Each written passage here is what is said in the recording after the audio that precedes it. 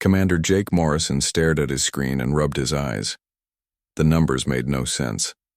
His patrol ship, the Vanguard, had been doing routine checks at the edge of the Kepler 442 system when the sensors went crazy. 3 massive objects had appeared out of nowhere, floating in the dark space between stars. "Captain Warren, you need to see this," Jake called out to his second-in-command. Captain Lisa Warren walked over to his station. She was one of the few humans left in the galaxy, or so they thought. Her people had died out centuries ago, leaving only a handful of descendants scattered across the Zephyrian Empire. Most aliens forgot humans ever existed. "What are we looking at?" Lisa asked, studying the readings. 3 ships, each one is over 15 kilometers long. They just appeared 20 minutes ago. No jump signatures, no energy trails, they're just there. Lisa felt her heart skip. The sensor data showed power readings that made no sense. These ships were putting out more energy than an entire Zephyrian battle fleet, but they were just sitting there silent. "Any response to our signal?" she asked. "Nothing, but look at this." Jake switched the view to visual. The main screen filled with an image that made both officers freeze. 3 enormous ships hung in space like sleeping giants. Their hulls were dark metal with strange designs carved into them. But what caught Lisa's attention were the markings on their sides, letters and symbols she recognized from old human history books. USS Defiant, USS Liberty, USS Retribution. "Those are human ships," Lisa whispered. Jake looked at her with surprise. "Human? But humans are extinct. They died out 300 years ago when their homeworld became poisoned." Lisa moved closer to the screen. The ships looked ancient but also, somehow advanced. Their design was unlike anything in the current galaxy. Smooth curves mixed with hard angles, weapon ports that seemed to shift and move even as she watched. "Send this data to Imperial Command immediately," Lisa ordered, "and prepare a boarding party. We need to investigate these ships." "Are you sure that's wise, Captain? Those power readings?" "We have our orders, Commander. Unknown vessels in Imperial space must be investigated." 20 minutes later, Imperial Command responded. Admiral Korex himself appeared on their communication screen, his reptilian features showing both excitement and concern. "Excellent work, Vanguard. We're sending additional ships, but you are to investigate immediately. Board the vessels and determine their origin. The Emperor wants answers." Lisa felt uneasy, but she followed orders. She led a team of 12 Marines in powered armor toward the closest ship, the USS Defiant. Their boarding craft looked tiny compared to the massive human vessel. As they approached, Lisa noticed something strange. The ship's hull seemed to be moving, almost breathing. Sections that looked like solid metal shifted and flowed like liquid. "Captain, I'm reading massive energy buildup from all 3 ships," came Jake's voice over the radio. Suddenly, the space around them filled with light. Defensive systems activated all along the human ships. Energy barriers appeared and weapon ports opened, but nothing fired at them. A voice came over their communications. It was human, speaking in an old Earth dialect that Lisa barely understood. "Unknown. Vessels, you are approaching human territory. State your purpose." Lisa's hand shook as she activated her communicator. "This is Captain Lisa Warren of the Zephyrian Imperial Navy. We are investigating your presence in Imperial space." Silence for a long moment. Then the voice came back, speaking in perfect galactic standard language. "Human? Interesting. You claim to serve aliens who rule over human space. Board the Defiant, Captain Warren. Come alone. Your armed escort will remain in their craft." "I cannot comply with that request. Imperial protocol requires—" "Captain Warren." The voice became stern. "You will board alone, or you will leave. These are not suggestions." Lisa looked at her. Marines. Their weapons and armor represented the best the Empire had to offer, but somehow she knew they would be useless against whatever was waiting on those ships. "Stay with the boarding craft," she told her team. "If something happens to me, return to the Vanguard immediately." The airlock of the USS Defiant opened without any visible mechanism. Lisa stepped inside and felt the artificial gravity take hold. The corridor beyond was unlike anything she had ever seen. The walls seemed alive, pulsing with soft blue light. The air smelled clean and fresh, better than the recycled atmosphere on Imperial ships. A man waited for her at the end of the corridor. He was tall and broad-shouldered, wearing a uniform that looked both ancient and somehow timeless. His hair was gray, but his eyes were sharp and alert. He looked completely human, but there was something different about him. Something that made Lisa's instincts scream danger. "I am Admiral Kane Sullivan," he said, extending his hand. "Welcome aboard the Defiant, Captain Warren. It has been a very long time since we've seen another human." Lisa shook his hand, surprised by the strength of his grip. "Admiral Sullivan, where did these ships come from? Imperial records show humans went extinct 3 centuries ago."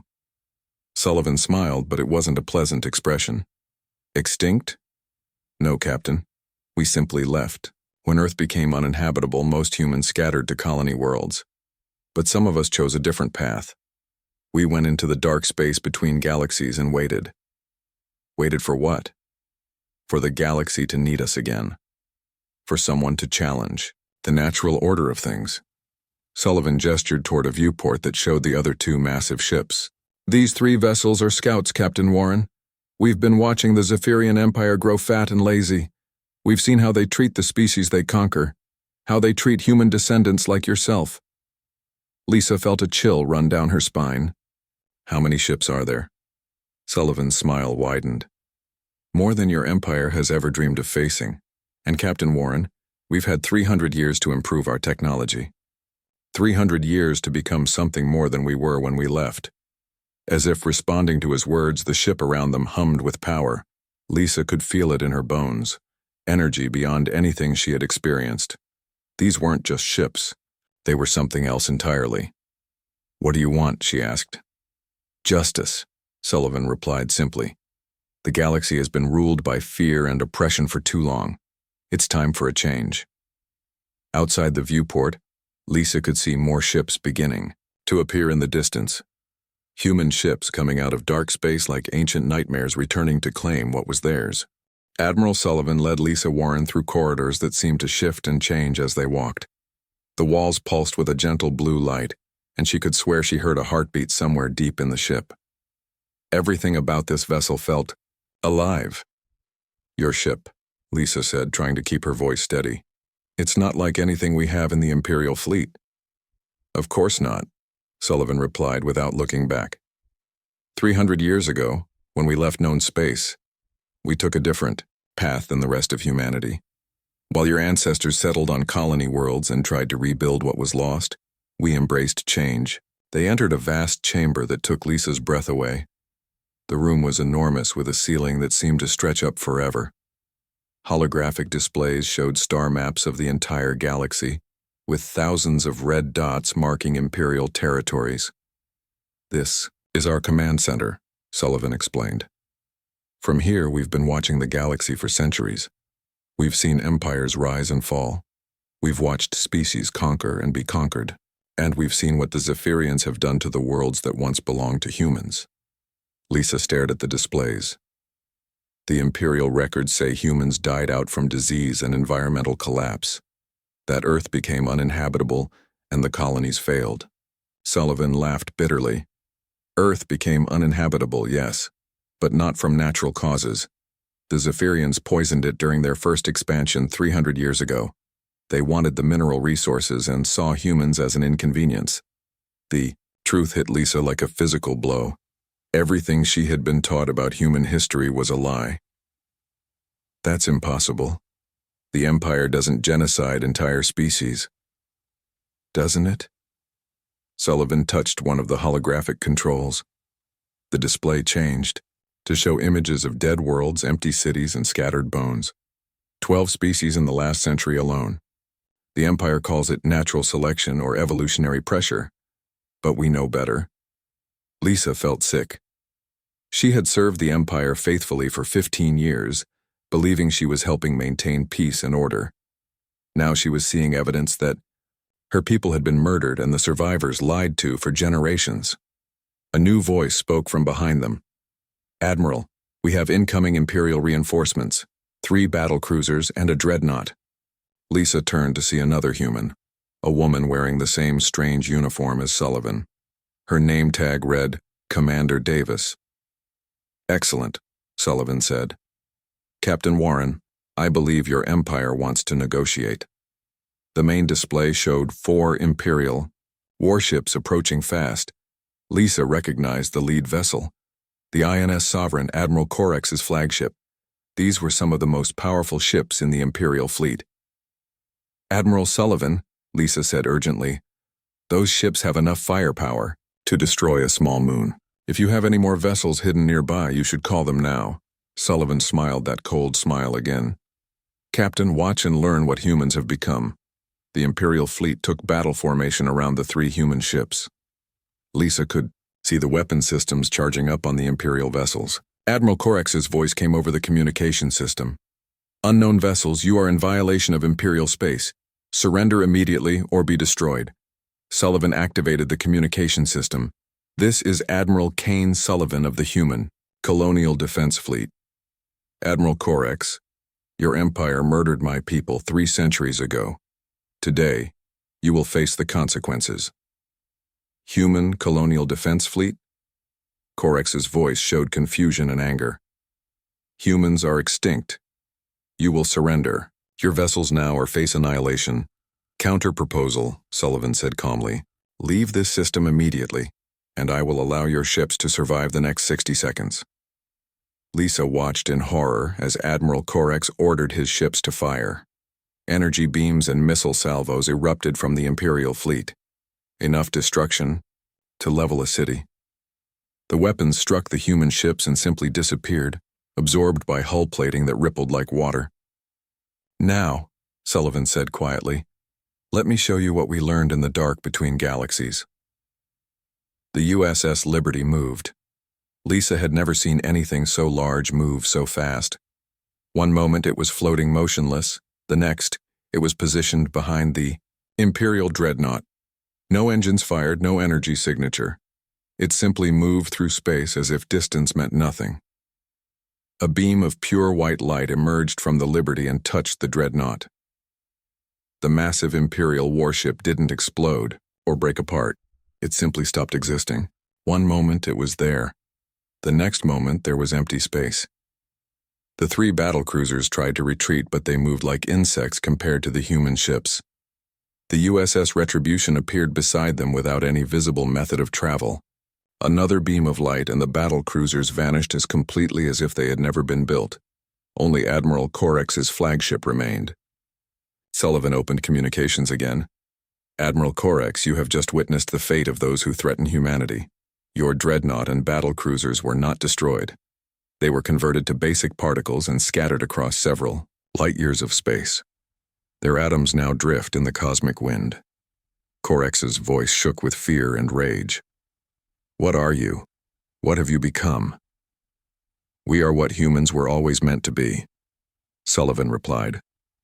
"We are the guardians who went into the dark and came back stronger. We are the children of Earth who refused to die quietly." Lisa stared at the displays showing where the Imperial ships had been moments before.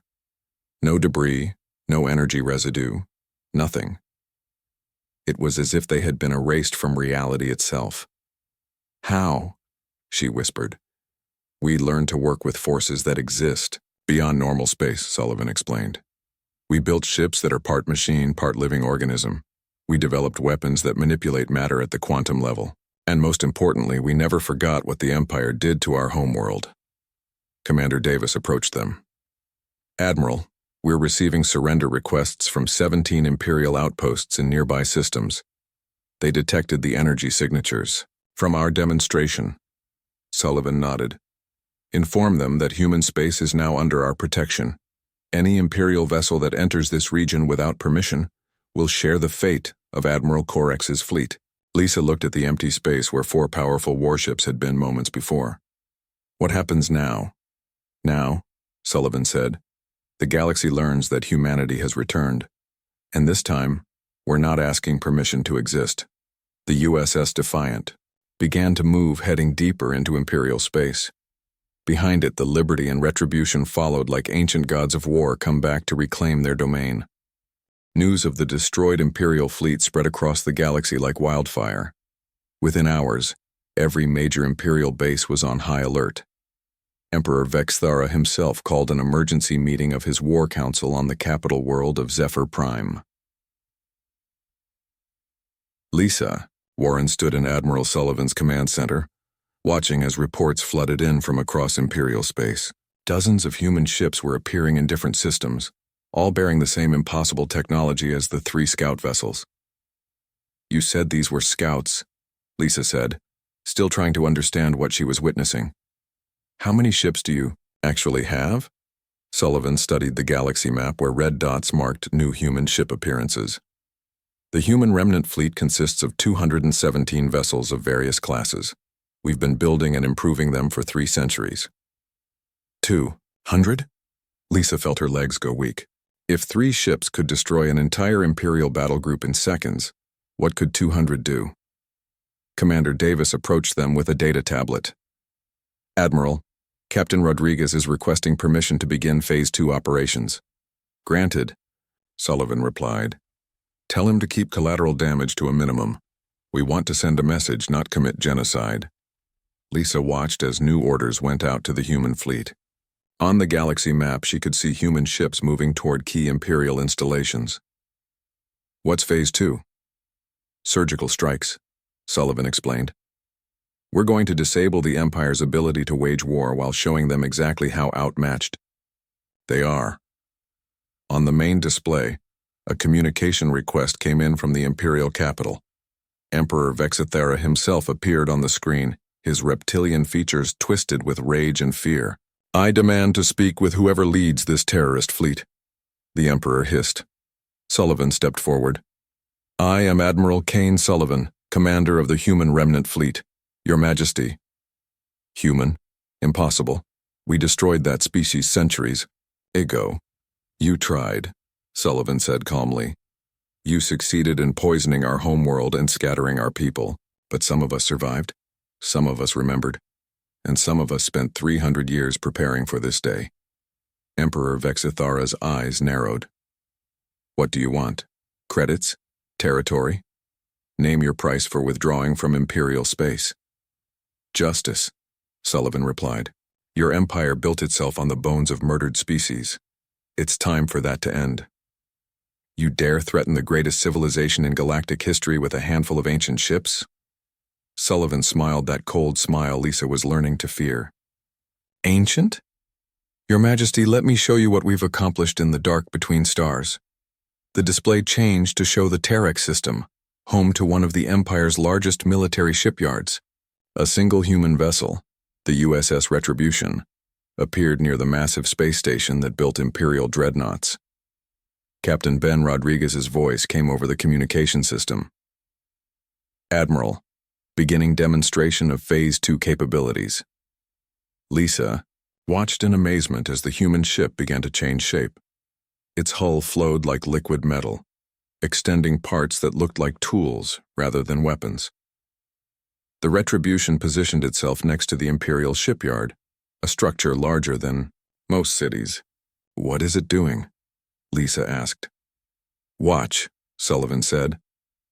The human ship began to work on the shipyard with impossible precision. Sections of the massive station came apart cleanly, as if disassembled by expert engineers rather than destroyed by weapons. Critical systems were removed while life support remained intact. In less than 10 minutes, the shipyard was completely disabled, but every person inside was still alive. "Impressive," Emperor Vexthara said, but his voice shook slightly. "You can take apart one station. The Empire has thousands of such facilities." Sullivan gestured to Commander Davis, who activated multiple displays. Across the galaxy, human ships were performing similar operations. Military bases, weapon factories, fleet command centers, all being systematically disabled with surgical precision. "Your Majesty," Sullivan said, "in the next 2 hours, we will disable every major military installation in your empire. Your fleets will be stranded without fuel or repair facilities. Your weapons factories will be offline. Your communication networks will be severed, and we will do all of this without killing a single person unless they try to stop us."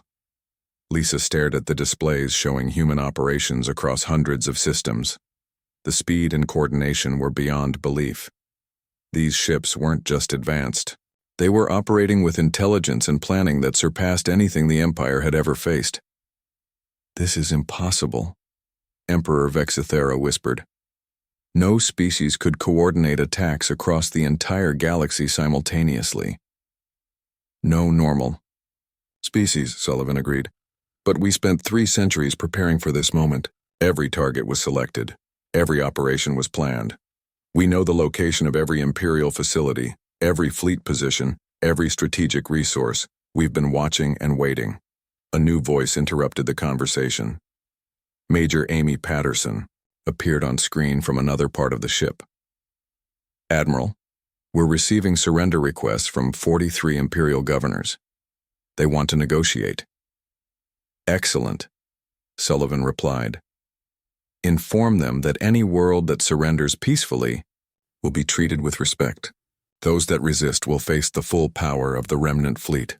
Emperor Vexithara's composure finally cracked. "You cannot do this. The Empire spans 200 systems. Billions of beings depend on Imperial order." "The Empire spans 200 systems built on fear and oppression," Sullivan corrected. "Those billions of beings deserve better leadership. They deserve freedom from a government that commits genocide when it finds a world with resources it wants." Lisa watched as more reports came in. Human ships were appearing everywhere, moving through Imperial space as if the Empire's defenses didn't exist. But what struck her most was how careful they were being. No civilian casualties. No unnecessary destruction. This wasn't a conquest. It was a liberation.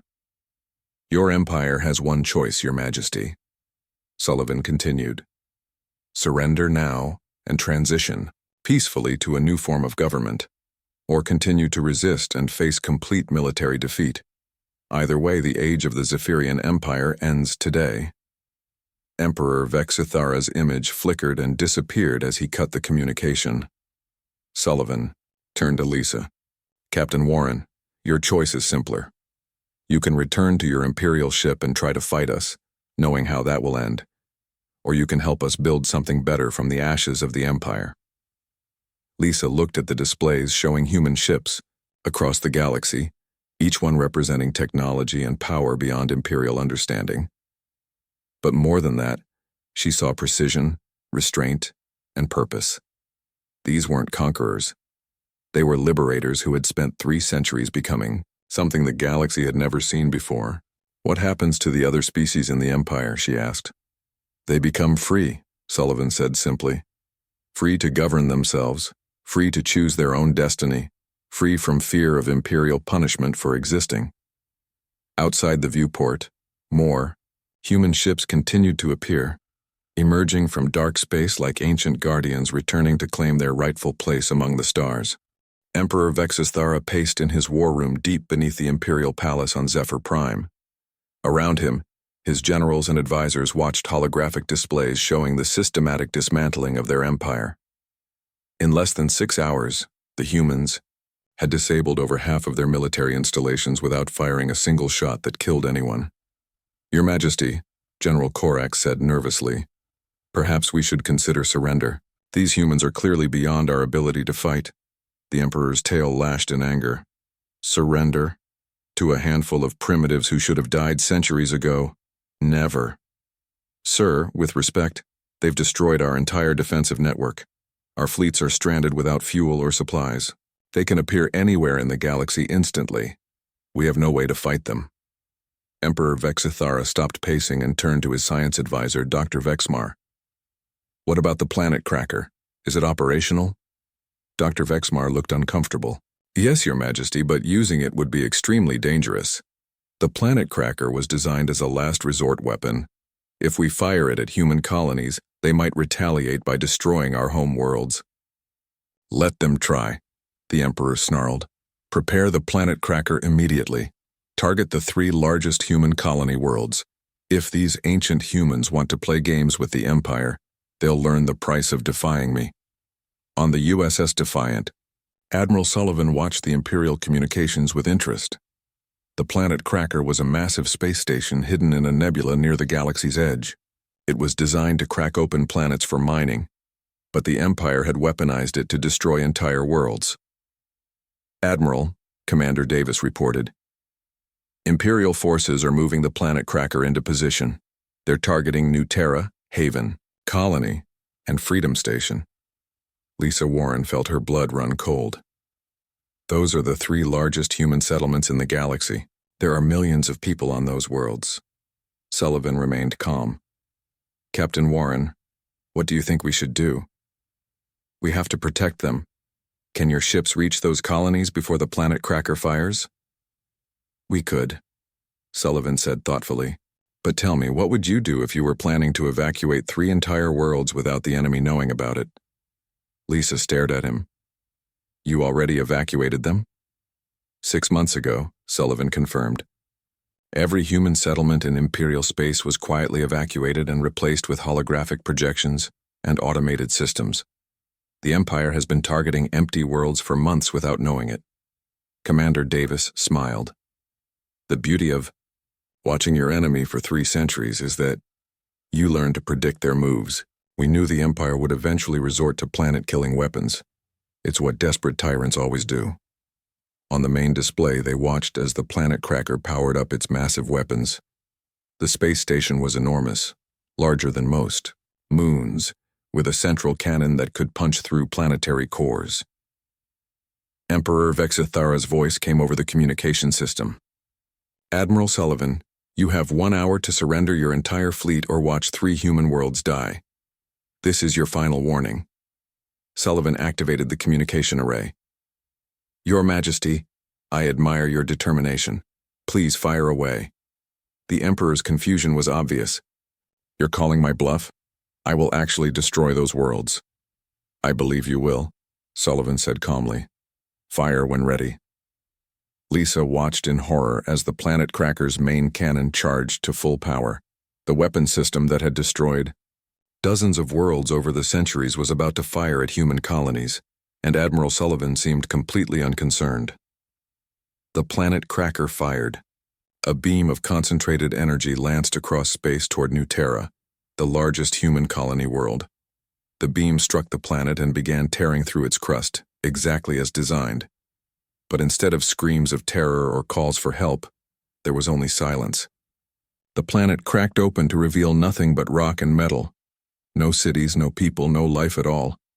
Just empty stone and holographic projectors that flickered and died. Emperor Vexthara's voice shook with rage. "What is this? Where are the colonists?" "Safe," Sullivan replied. "Far from your reach. You've just destroyed empty rock and some very expensive holographic equipment. I hope it was satisfying." The Emperor ordered the planet Cracker to fire at the other 2 targets. Both Haven Colony and Freedom Station revealed themselves to be the same. Empty worlds with nothing but automated systems and holograms. 3 centuries to prepare, Your Majesty, Sullivan said. "Did you really think we wouldn't evacuate our people before returning to face you?" Admiral Sullivan gestured to his crew. "Now, let's show His Majesty what happens when you threaten human civilians." The USS Defiant began to change. Lisa watched in amazement as the ship's hull flowed and shifted, revealing its true nature. It wasn't just a warship. It was something that defied every law of physics she understood. "Captain Warren," Sullivan said, "you're about to witness what we learned in the dark between galaxies. We discovered that space and time are more flexible than most species realize. The Defiant simply stepped through space. One moment it was in the Kepler system. The next, it was inside the nebula next to the planet Cracker. The massive space station's weapons turned toward the human ship, but they moved like insects compared to the Defiant's impossible speed. Sullivan's ship didn't destroy the planet Cracker. Instead, it began to take it apart from the inside.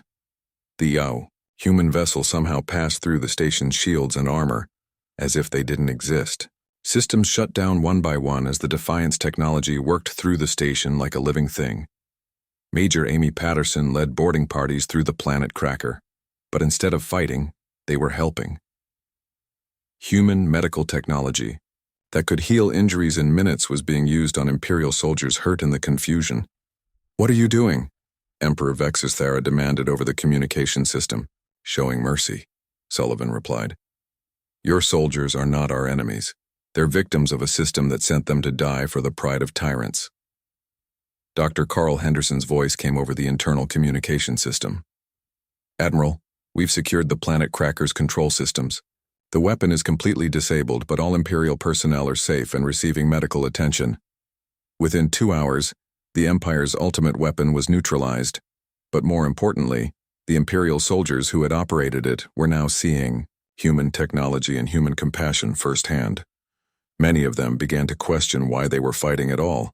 Your Majesty, Sullivan said, addressing the Emperor one final time. Your ultimate weapon has failed. Your fleets are disabled.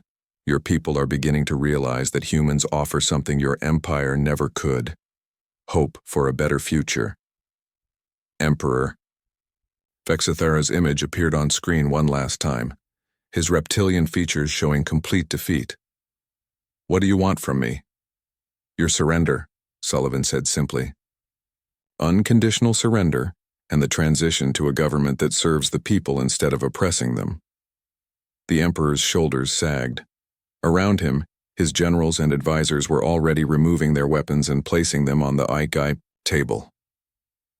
The age of the Zephyrian Empire was ending, not with a bang, but with the quiet realization that they had finally met something greater than themselves. Outside the viewport, more human ships appeared, surrounding the planet cracker like guardians protecting those who had tried to kill them moments before. 3 days after the surrender of Emperor Vexithera, representatives from across the galaxy gathered on the neutral world of Harmony Station. Lisa Warren stood beside Admiral Sullivan as delegates from hundreds of species filled the Great Assembly Hall. The air buzzed with a dozen different languages as former Imperial subjects tried to understand what would happen next. Admiral, Lisa said quietly, some of these species have been under Imperial rule for centuries. They don't know how to govern themselves. Sullivan nodded as he watched the crowd. That's why we're not just leaving them to figure it out alone. The transition will take time, but it will happen. Emperor Vexithera sat in the front row, no longer wearing his imperial robes. He looked smaller somehow, like an ordinary being instead of the ruler of 200 worlds. Beside him sat his former generals, including Admiral Corax, who had survived the destruction of his fleet by ejecting in an escape pod. Commander Davis approached them with a data tablet. Admiral, all human ships report ready. The demonstration is prepared. Excellent, Sullivan replied. It's time to show our new allies what humanity can offer. The assembly hall grew quiet as Admiral Sullivan walked to the center platform. His voice carried clearly to every corner of the room without amplification. Representatives of the galaxy, he began. 3 days ago, the Zephyrian Empire surrendered unconditionally. Today, we begin building something better. Something that serves all species instead of just one. A delegate from the Rigel system stood up. Human Admiral, your people have shown incredible power. Are we simply trading one master for another? Sullivan smiled, and for the first time, Lisa saw warmth in his expression instead of cold calculation. An excellent question. The answer is no. Humanity doesn't want to rule the galaxy. We want to protect it. He gestured to Commander Davis, who activated a holographic display showing the galaxy. The Galactic Confederation will be governed by elected representatives from every member world. Humans will serve as guardians and advisors, but each species will govern itself. Another delegate, this one from a former Imperial mining world, spoke up. What guarantee do we have that humans won't become tyrants like the Empire did? Because, Sullivan said, we're going to show you something that will make that impossible. The Admiral touched a control device and every human ship in the galaxy began broadcasting the same signal. On the holographic display, thousands of red dots appeared throughout galactic space. These are the locations of every human vessel in the Remnant Fleet, Sullivan explained.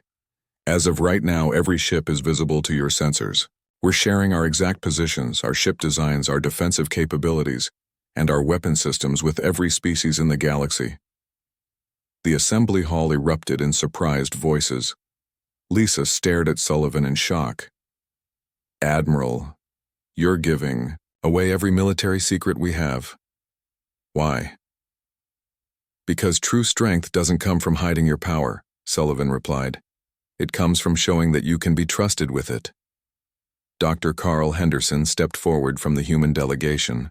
We're also sharing our medical technology, our agricultural systems, and our manufacturing processes. Every advancement humans made during our 3 centuries in dark space will be freely available to all member species. A Zephyrian scientist, who had worked for the old empire, raised his hand. This is impossible. No species gives away such advantages. What do you want in return? Sullivan's expression grew serious. Peace, cooperation, an end to the cycle of conquest and oppression that has dominated this galaxy for centuries. Captain Ben Rodriguez appeared on the communication system from the USS Retribution. Admiral, beginning the final demonstration, the holographic display changed to show the Retribution in deep space near an asteroid field. The ship began to change shape again, but this time it wasn't preparing for war.